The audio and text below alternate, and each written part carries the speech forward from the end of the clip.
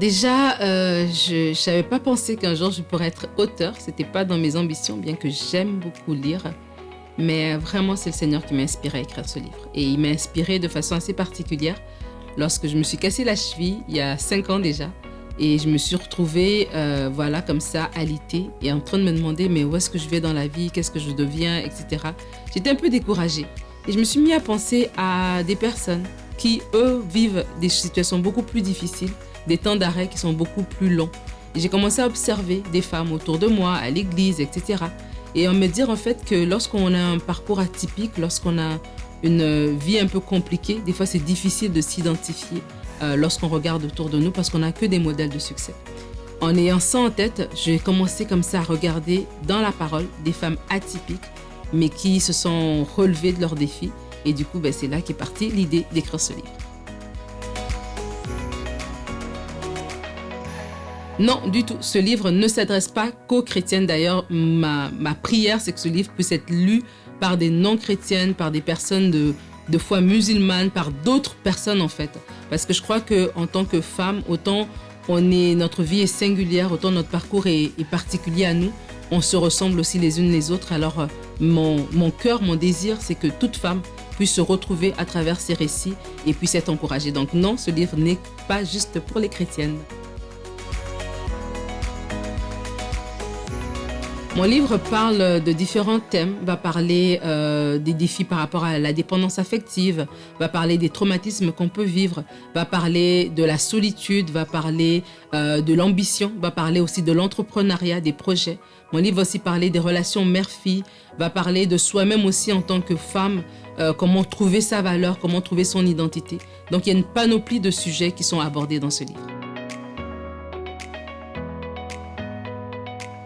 Le livre va vous aider à surmonter vos défis parce qu'en fait, le livre va vous mettre en face à votre réalité, mais avec espoir. Parce que lorsqu'on traverse une zone difficile, un moment difficile, on peut regarder notre réalité et pas voir le bout du tunnel en fait. Et donc, dans le livre, il y aura, oui, des explications, il y aura, oui, certainement des encouragements, une inspiration, mais il y aura aussi des questions de réflexion qui vont vous permettre à vous poser les vraies questions et aussi des prières que je vais faire pour vous aider à vous en sortir. Oui, absolument. Je partage aussi ma propre expérience personnelle. C'est pour ça que le livre s'appelle « Je suis comme elle » parce que je crois qu'on doit s'identifier. Et moi aussi, j'ai voulu être vulnérable et être authentique. Et donc, j'ai partagé comment un défi majeur que j'avais dans ma vie qui aurait pu me maintenir à terre, qui aurait pu faire que je ne serais pas devant vous aujourd'hui et comment je m'en suis sortie. Oui, le livre parle à toutes les femmes. Je crois que toutes les femmes peuvent se retrouver dans ce livre. Il y a des explications, des chapitres vraiment pour les femmes célibataires, mais aussi les mariées par rapport au mariage, par rapport au couple, aussi les parents aussi en tant que maman, comme je disais tout à l'heure, une maman solo ou bien une maman aussi avec une fille à l'âge adulte avec qui les relations sont compliquées. Donc il y a toutes sortes de femmes dans ce livre qui sauront rejoindre. La parole m'a inspirée d'abord par les psaumes parce que, comme je dis, le livre s'appelle « Je suis comme elle, parfaite malgré mes imperfections ». Et on met l'accent des fois dans nos vies sur nos imperfections, oubliant la perfection de Dieu qui nous façonne en fait. Et donc dans ce livre, les psaumes m'ont beaucoup inspirée, mais aussi les passages des femmes dont je parle. Donc dans le livre, j'ai beaucoup insisté sur des femmes atypiques de la Bible. Et donc en relisant leur histoire avec un nouveau regard, ça m'a beaucoup inspirée et puis j'ai vu autre chose en fait. Donc c'est super intéressant, j'ai vraiment hâte que vous puissiez découvrir ça. J'espère que les femmes vont se sentir inspirées à se relever. Vraiment à se dire que le passage à vide, c'est juste un passage. À se dire qu'on peut se relever, on peut aller plus loin, on peut se déployer, on peut encore foncer, on peut encore réaliser des choses. On peut se défaire des fois des schémas dysfonctionnels qu'on a traînés avec nous, des fois de nos propres schémas dans nos cœurs, des fois des gens autour de nous qui n'ont pas toujours été bienveillants, des relations toxiques qu'on a pu rencontrer dans la vie. En tout cas, peu importe les situations qu'on a vécues, elles ne nous définissent pas. On peut réellement avancer. Et vraiment, ma prière, c'est que vous soyez inspirés et que vous puissiez vous relever et que vous puissiez faire des grandes choses. Oui, j'étais très surprise parce qu'en fait, le livre, dès que je l'ai écrit, j'ai choisi quelques personnes à qui j'ai partagé la version brute du livre. Et le retour était vraiment, vraiment encourageant. Ça m'a vraiment encouragée. Plusieurs me disaient comment ça les avait touchés, comment le fait juste de découvrir les personnages, parce que j'ai écrit d'une façon un peu différente de ce qu'on est habitué à voir. Et ça a amené un regard frais sur les personnages. Ça les a amenés à s'identifier, à voir les personnages dans un autre angle et elles aussi à voir leur vie dans un autre angle. Et chaque personne, en tout cas, qui m'a fait un retour par rapport au livre, m'a dit à quel point le livre les a amenés à se poser les vraies questions, à identifier des choses qu'ils avaient dans leur vie, qui étaient à travailler et vraiment à avoir un nouveau regard, en fait. Et c'est ça, en fait, le livre, c'est que je crois que chacune, c'est pour ça que ça s'appelle « Je suis comme elle », parce que je crois que chacune, nous allons non seulement nous identifier, mais chacune va vivre vraiment une réflexion profonde et un changement, je crois, qui va s'opérer dans les vies. En tout cas, j'ai hâte que vous puissiez aussi lire ce livre et que vous puissiez me partager votre témoignage. Non, c'est pas que de la théorie. J'aime toujours dire que la théorie, c'est bien, la pratique, c'est mieux.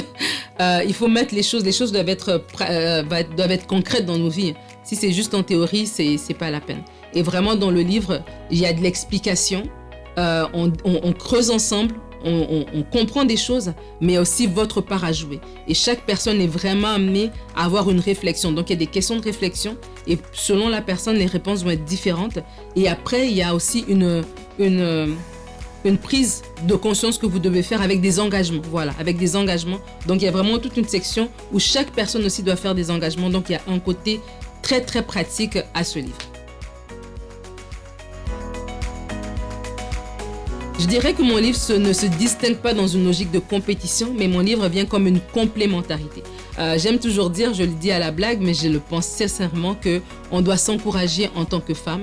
Et complimenter une autre femme ne te rajoute pas 10 kilos, ne t'enlève pas 100 €, ça fait que du bien. Et donc mon livre vient dans cette optique-là, vient comme un encouragement, comme un complément à tout ce qui peut s'offrir. Moi, je lis beaucoup et je lis beaucoup en anglais. Et en francophonie, on n'a malheureusement pas autant d'auteurs. Et je crois que l'information qui est donnée dans ce livre, l'approche qui est donnée va être un plus alors que vous êtes en train de lire, de grandir par rapport à ce que vous êtes en train de traverser. Et donc, mon livre vient tout simplement compléter ce qui est déjà sur le marché. À une femme qui traverse un moment difficile, j'aimerais dire que ce n'est pas la fin. Ce n'est pas la fin. Et un lendemain meilleur est disponible pour toi. Tu vas te relever. Tes obstacles ne sont pas infranchissables. Tu es aimée, tu es précieuse, tu as un avenir. Et à travers ce livre, je crois que réellement, tu auras des clés pour t'en sortir et pour pouvoir rêver à nouveau, vivre à nouveau. Il y a des choses extraordinaires qui t'attendent devant toi. Je dirais que ce livre est un outil inspirant qui va te booster, te propulser pour que tu puisses te déployer et entrer pleinement dans ta destinée.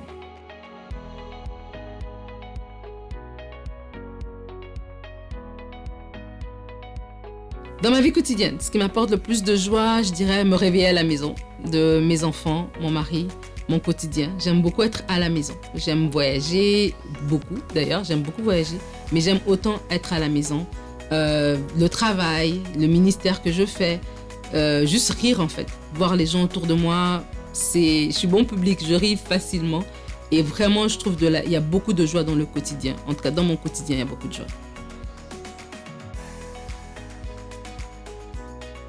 Un tournant important dans ma foi, je ne peux pas m'en passer à côté d'un événement. Pour ceux qui me suivent, je l'ai déjà raconté lorsque je faisais les émissions, mais j'ai perdu mon papa quand j'avais 17 ans. Et quand j'ai perdu mon papa, c'était à Noël. Et après ça, tous les décembre, dès qu'on arrivait vers le 20, le 22, le 25, je tombais vraiment dans une tristesse profonde pendant quelques semaines. Et comme ça, donc c'était comme ça ma routine chaque année. J'étais vraiment triste aux alentours des fêtes de Noël. Et en 2001, j'étais fiancée avec mon mari. On était fiancés à l'époque et il m'invite à l'église. Il me dit, il y a le spectacle de Noël à l'église. J'allais à l'église, mais à Noël, vraiment, j'évitais d'y aller. Et alors qu'il m'invite à l'église, il me dit, mais viens et tout. Et je voulais pas y aller. Et à l'époque, on faisait des longs spectacles de Noël. On avait vraiment, ça durait pendant longtemps. Donc je dis, mais je vais être en retard. Il me dit, mais non, viens, c'est pas grave. Et donc finalement, je finis par y aller. Et alors que j'arrive à l'église, L'église était pleine. Je m'en souviens comme si c'était hier. Il y a une amie qui m'avait réservé une chaise vide. Et donc, j'arrive et je m'assois à la chaise. Et alors que je suis là, le pasteur, qui est mon beau-père, à l'époque, mon pasteur, il dit qu'il il a prié et que Dieu lui a parlé et que Dieu lui a dit de mettre des versets dans un panier et qu'il allait faire passer le panier, faire circuler le panier dans l'église et que chaque personne allait piger, prendre une feuille et ouvrir, et ce serait le verset que Dieu lui dit, que Dieu parle à cette personne. Et quand j'ai vu ça, vraiment, je vous dis, mon état d'esprit, à ce moment-là, je me suis sentie, j'allais tellement mal. Tu sais, des fois, tu vis des choses où tu as l'impression qu'on ne voit pas. Tu as une tristesse, tu as une difficulté, tu as un défi que tu caches et tu peux même te faire croire à toi-même que tu vas y arriver, que tu peux vivre avec cette douleur-là, que voilà, tu vas la gérer et tu pourras la traîner toute ta vie, c'est pas grave. Mais elle est là, la douleur. Et j'avais réussi à masquer cette douleur, j'avais réussi à fonctionner avec cette douleur et j'avais réussi à faire en sorte que personne ne se rendait compte en fait de ma souffrance. Et donc, quand je suis arrivée à l'église cette journée-là, alors qu'il y avait le spectacle de Noël, et que le pasteur a dit ça, tout de suite dans ma pensée, je me suis dit non, c'est pas pour moi. J'ai vraiment une pensée qui m'a dit non, ça marchera pas. Toi, ta douleur, elle est tellement profonde que c'est pas cet exercice-là ne va rien faire pour toi. Et donc, c'était ça l'état d'esprit que j'avais. Et donc, le panier passe, et là, ça tourne. Et c'est ça que je me dis dans ma tête. Et après, le panier arrive à côté de moi. Je me rappelle comme si c'était hier. Et je mets ma main dans le panier et je prends, voilà, les feuilles. Et je tourne et je prends une feuille. Petit rouleau comme ça. Et je déroule et c'est écrit Jérémie 31:13 que vos jeunes filles se réjouiront à la danse, vos jeunes hommes et vos vieillards aussi. Moi, le Seigneur, je changerai leur deuil en allégresse, je leur donnerai de la joie après leur chagrin. Et je me suis mis à pleurer. J'ai pleuré. Et j'ai senti la consolation du Saint-Esprit à ce moment-là. Et j'ai vu, ce moment-là, j'ai su que Dieu nous voit vraiment. Que même si les autres ne nous voient pas, même si on peut faire semblant, même si nous-mêmes on peut cacher des choses et ne pas être conscient des choses que l'on vit, Dieu, lui, il nous voit. Et il nous voit et il veut intervenir dans nos vies. Et ce moment-là était un moment marquant, tournant dans ma foi parce que, j'ai réalisé l'amour de Dieu parce que je n'étais même pas disposée à ce qu'il puisse me parler. J'étais fermée en fait à l'exercice que le pasteur allait faire. Mais malgré mon état d'esprit, malgré ma disposition, lui, il est quand même venu me parler. J'ai su que Dieu voyait ma souffrance parce que où les hommes n'avaient pas vu, lui, il avait vu. Et j'ai su que Dieu agissait parce qu'à partir de là, le trou que j'avais dans mon cœur a été comblé. Le deuil que je portais, la tristesse que j'avais profonde a été complètement enlevée. Et ça a été un moment marquant pour moi. Le temps pour écrire, je vous avoue que c'était pas évident. J'ai eu la pensée, le Seigneur me l'a demandé il y a 5 ans d'écrire ce livre, c'était en 2019. Et j'avais commencé un petit peu, mais je m'étais arrêtée. Et en fait, en milieu d'année, cette année en 2024, j'ai lutté en fait à revenir à l'écriture. Je sentais que je devais le faire. Et j'ai comme une pensée qui m'a dit, si tu ne le fais pas, le temps de la grâce va se terminer, c'est maintenant ou jamais. Et je me suis sentie, je devais obéir en fait. Et c'est le besoin d'obéir à Dieu qui m'a conduit à écrire le livre. Et qui a fait, j'ai dit, Seigneur, donne-moi l'énergie, donne-moi le temps. Et on crée le temps. Lorsqu'on veut faire quelque chose, on va créer le temps. Le temps, il va toujours se trouver. Et donc, concrètement, ça faisait que je dormais beaucoup plus tard. J'écrivais, je revenais du travail, je m'occupais des enfants, etc., la routine de la maison. Et puis, vers 20h, 20h30, j'allais dans le bureau et j'écrivais jusqu'à minuit, 2h du matin. Et c'était comme ça tous les soirs, pendant plusieurs semaines, jusqu'à ce que je puisse boucler le livre. La plus grande leçon de vie que j'ai apprise, qui m'inspire encore aujourd'hui, c'est plusieurs leçons, mais c'est plusieurs événements, qui conduisent tous à la même leçon. Et la leçon, c'est que nous tous, on a des hauts et des bas. Et que on peut être en bas. C'est pas parce qu'on est en bas qu'on on a moins de valeur. C'est pas parce qu'on passe par un temps difficile qu'on est moins bien que les autres. Il y a pas de hiérarchie, tu vois. Et que tout le monde, en fait, on a une valeur et que tout le monde, on est précieux, que tout le monde a quelque chose de particulier, d'extraordinaire et de beau. Et à travers tout ce que j'ai pu vivre, à travers tout ce que j'ai pu observer, Il y a vraiment un respect que j'ai pour l'être humain en général, pour la femme en particulier. Et ça, c'est quelque chose qui me conduit à vraiment avoir regardé les gens avec beaucoup d'amour, avec beaucoup d'honneur et avec beaucoup de respect. Et vraiment, c'est quelque chose que j'inculque à mes enfants, vraiment que de respecter tout le monde et de savoir que tout le monde a de la valeur, peu importe leur statut social ou économique, ou voilà, peu importe ce qu'ils peuvent apporter comme matériel, chaque personne est précieuse. Je suis quand même de nature quelqu'un de très optimiste, des fois trop optimiste. Mon mari me faisait la blague l'autre fois, il me dit ouais Nadine, si le magasin ferme dans 15 minutes et qu'on est à 30 minutes de l'endroit, elle veut quand même y aller. C'est une blague, mais c'est quelque part un peu vrai. Je suis quand même optimiste, je vois les choses du bon côté. Donc je ne suis pas quelqu'un qui va facilement me décourager ou douter, à moins évidemment d'un cas extrême, un petit peu comme je t'ai parlé par rapport au deuil de mon papa. Mais en règle générale, comment je fais pour me relever? J'aime beaucoup ce passage dans la parole qui parle de David et qui disait que David, il se fortifiait. Il se fortifiait en l'Éternel. Et puis à un moment donné, ça disait aussi que David avait été fortifié par Jonathan. Et c'est un peu ce que je fais. Je suis quelqu'un qui va parler. J'ai des gens que j'aime, qui sont mon cercle restreint. Donc quand je vis des défis, je vais le verbaliser, je vais ventiler, je vais en parler à des gens qui peuvent m'écouter et qui peuvent aussi me donner leur retour, ou bien tout simplement voilà, être là des oreilles attentives. Alors ça va me fortifier en partageant mes défis, je ne vais pas garder ça pour moi. Et aussi des fois, il y a des choses que tu ne peux pas parler avec quelqu'un, mais que tu peux parler avec Dieu. Et à ce moment-là aussi, oui, le Seigneur me fortifie. Et c'est comme ça que jour après jour, j'avance. Je dirais que c'est la simplicité. La simplicité peut être qualifiée d'une qualité. J'ai appris avec les années à valoriser la simplicité, à valoriser l'authenticité et à être à l'aise avec moi-même et avec les autres.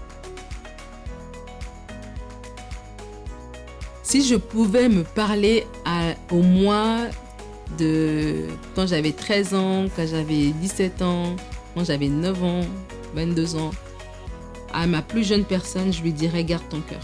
Garde ton cœur, c'est un cadeau. Tu as l'impression que c'est un défaut, tu as l'impression que ton cœur est une faiblesse, mais en fait, c'est le plus beau cadeau que Dieu t'a fait. Alors garde-le précieusement. Je ne l'ai pas choisi, il s'est imposé à moi. C'était tout de suite. J'ai su que c'était ça le titre. Dans mon esprit, j'ai vu, je suis comme elle. Il s'est imposé à moi et je vais l'expliquer des fois quand je parlais avec les gens. Pourquoi ce titre ? J'aurais pu choisir un titre différent, mais vraiment, ce titre s'est imposé à moi et plus on avance, plus j'aime ce titre et plus je crois que ce livre va vraiment faire une différence dans les vies et qui va amener vraiment un changement, mais un changement magnifique et positif dans les vies et dans la vôtre.